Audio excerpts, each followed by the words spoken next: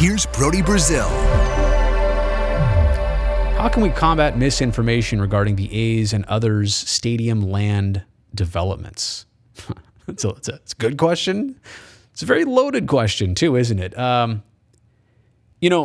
It's the reason why I just didn't think this was a great subject for a public vote. Like, normally in a public vote, you have a debate. You have two people, for example, if they're running against each other for mayor, hypothetically, you have the opportunity for them to both put everything out there and ask questions about each other.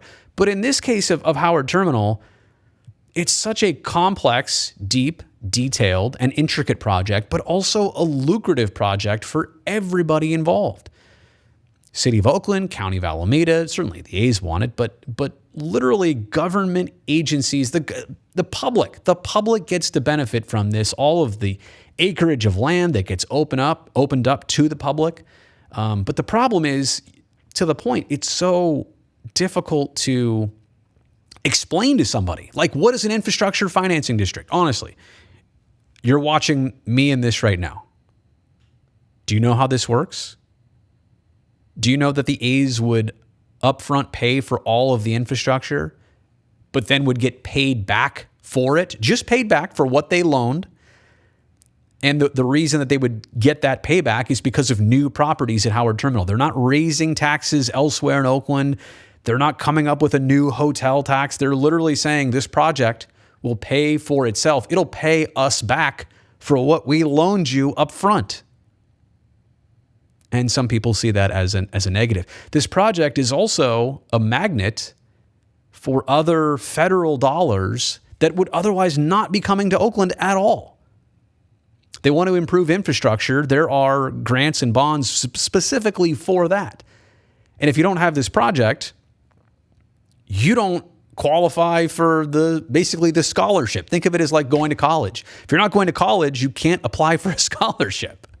That's exactly what this is. So misinformation is difficult because there are so many people out there that could confuse things. They could say, well, Oakland schools are closing and this ballpark is taking away tax money that could be spent to keep those schools open, when that is the farthest thing from the truth. There's no, and what they'll come up with, and again, I'm saying this now, but it will be official, and a couple of council members have already said it for Oakland.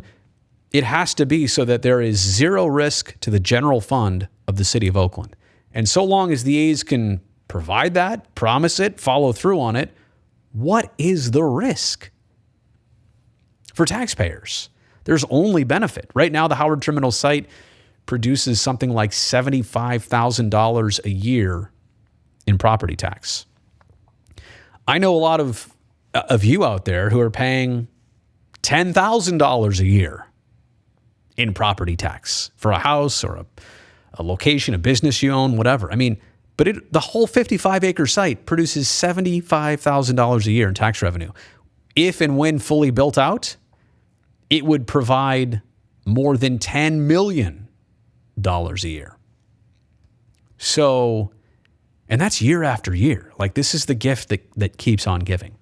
But it's so hard to again, explain all this to the common person. That's why a vote was never a good idea. And that's why more education kind of needs to happen on this. And that is honestly why I've dedicated so much of this YouTube channel to just try and sift through the information, simplify it, and help people understand it. You wouldn't believe how many I come across that, now wait a sec, that say, who's paying for this? The city's paying for this? No. The A's are paying for the stadium. The A's are upfronting money for the infrastructure, for a large part of that. And then whatever they upfront, they'll get paid back for it. And that's how it works. Oakland and Alameda County should be on the hook for infrastructure improvements. Think about that for a second.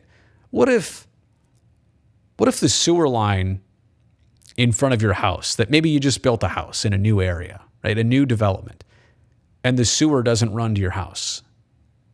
Should you pay for that? You're in city limits, or should the city pay for that? So in this case, it's like you paying for it, and then the city saying, we'll pay you back over whatever it is, 30 years.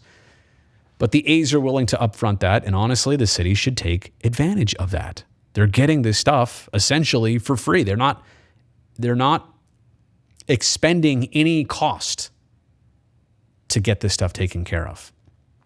So the closer we get to all of this kind of narrowing in and becoming a reality and binding votes, yeah, misinformation has always been out there, but it's going to intensify with time. I don't know the answer. I never answered the question. What can we do to combat it? How can we combat it?